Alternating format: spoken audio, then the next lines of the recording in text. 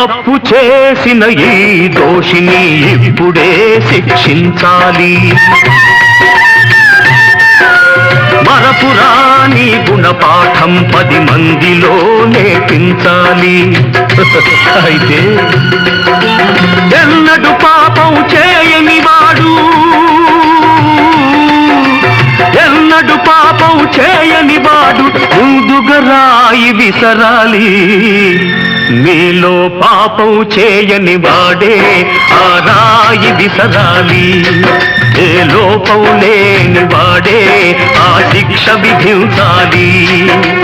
మంచిని సమాధి చేస్తారా? ఇది మనుషులు చేసే పనేనా? మనలో పాపం చేయని వాడు ఎవడో చెప్పండి. ఏ దోషం లేని వాడు ఎవడో చూపండి.